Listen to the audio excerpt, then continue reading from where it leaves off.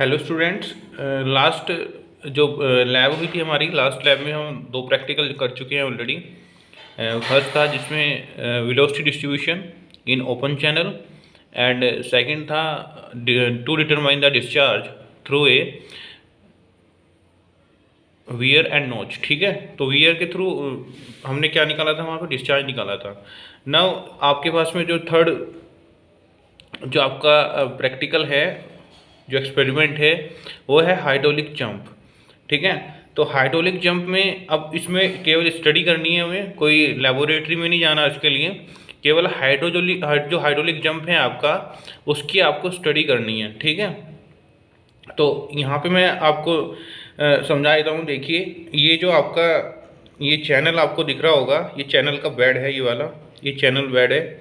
अब इसमें ये डैम है, सपोज आपके पास में चैनल में कोई बीच में ऑब्स्टेकल आ गया या फिर डैम आप ले लीजिए।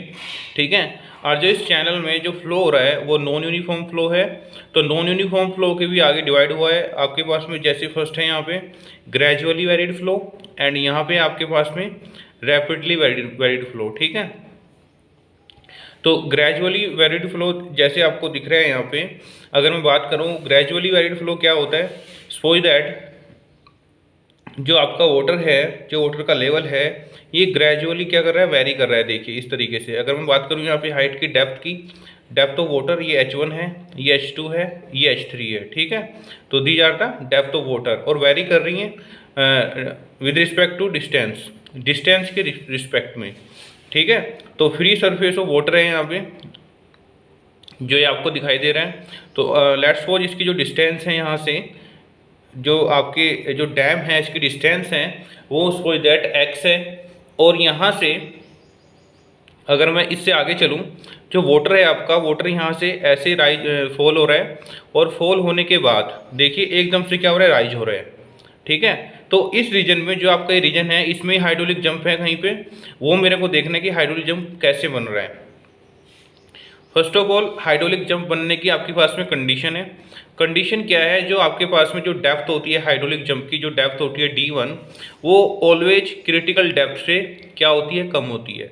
ठीक है, क्रिटिकल डेप्थ क्या होती है, क्रिटिकल वेलोसिटी क्या होती है, we have already discuss in lecture. जो मैंने आपको लेक्चर लास्ट टाइम बताए थे, जो क्लासेज मैंने ली थी, वहाँ पे मैं बता चुका हूँ आपको डिटेल में कि आपके पास में जो क्रिटिकल डेप्थ है, क्रिटिकल वेलोसिटी आपको कहाँ पे मिलती है।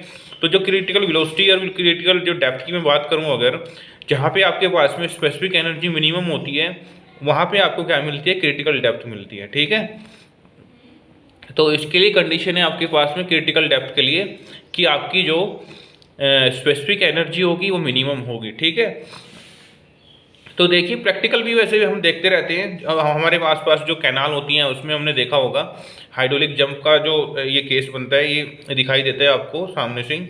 ठीक है, तो यहाँ से जैसे वाटर ऐसे नीचे फॉल होगा, उसके बाद एकदम से राइज होगा। ठीक है, सडनली फटाफट हो गए, इसमें कुछ टाइम नहीं लगेगा। यहाँ से एकदम से फॉल हुआ, एकदम से राइज हो जाएगा यहाँ पे। ठीक है, तो जो ये राइज हो रहा है, फॉल होने के बाद जो राइज हुआ एकदम से, that is rapidly varied flow. ये रैपिडली हुआ है सब चीज़ें। ठीक है, बहुत तेज़ी से हुई है, रैपिडली फ्लो इसलिए बोल रहे हैं इसको। तो ये जो आपके पास में सपोज दैट जो यहाँ पे जो डेप्थ है हाइड्रोलिक जंप की, वो D1 है, और DC आपके पास में मैंने आपको बताया कि DC हमेशा, DC क्या है, DC इज क्रिटिकल डेप्थ, वो ऑलवेज क्या होगी आपके पास में, ज़्यादा होगी डेप्थ ऑफ हाइड्रोलिक जंप से। ठीक है, और जो ये आपके पास में जो ये रीजन होगा, उसके बाद जो हाइड्रोलिक जंप है, उसके बाद जो रीजन होगा वो एक स्टेबल रीजन होगा। जैसे ये वाटर जाएगा आगे तो एक स्टेबल कंडीशन में होगा, बट यहाँ पे जो वाटर है वो स्टेबल नहीं है। ठीक है, तो वाटर जो है ड्यू टू ग्रेविटी गिर रहा है यहाँ पे। ठीक है, और जब ड्यू टू ग्रेविटी वाटर गिरता है, तो मेरे पास में जो पिक्चर में आता है वो आता है फ्रॉड नंबर। तो फ्रॉड नंबर क्या कह रहा है, क्रिटिकल डेप्थ के लिए, फिर हाइड्रोलिक जंप के लिए FR की वैल्यू हमेशा लेस देन होती है 1 से।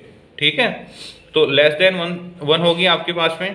तो अगर मैं यहाँ पे देखूँ DH/dx, इट मीन्स कि जो आपके पास में हाइट है या डेप्थ है इसको आप डी भी ले सकते हो, एच भी ले सकते हो, ठीक है। जो H1 H2 H3 लिखा है मैंने, इसको आप डी भी डिनोट कर सकते हो।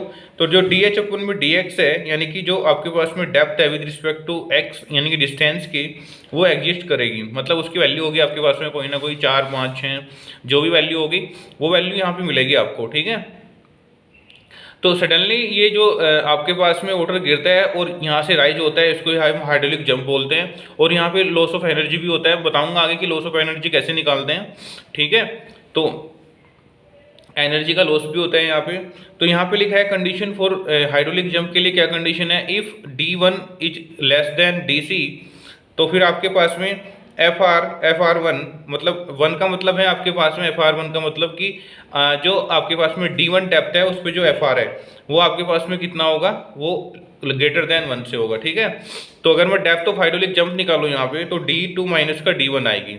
डेप्थ ऑफ हाइड्रोलिक जंप कितनी आएगी, D2 माइनस का D1, यानी कि D2 अगर मैं D2 में से D1 माइनस कर दूँ तो डेप्थ ऑफ हाइड्रोलिक जंप आ जाएगी यहाँ पे, ठीक है। तो अब आएगा आपके पास में, अगर मैं फ्लोट नंबर की बात करूँ तो फ्लोट नंबर क्या होता है, V/√2G, ठीक है। H क्या है, डेप्थ है, तो ये फ्लोट नंबर हो जाएगा आपके पास में। अगर मैं एनर्जी निकालना चाहूँ यहाँ से लॉस ऑफ एनर्जी, तो कैसे निकलेगी लॉस ऑफ एनर्जी, कितनी एनर्जी लॉस हो रही है।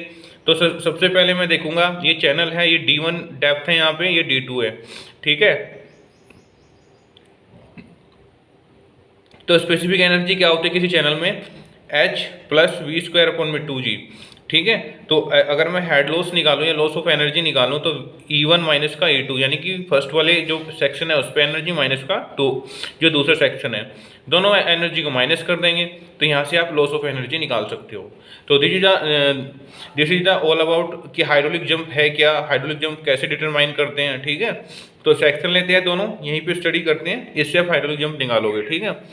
कोई क्वेरी हो तो आप मुझे कांटेक्ट कर लें मेरे से, ओके। Thank you.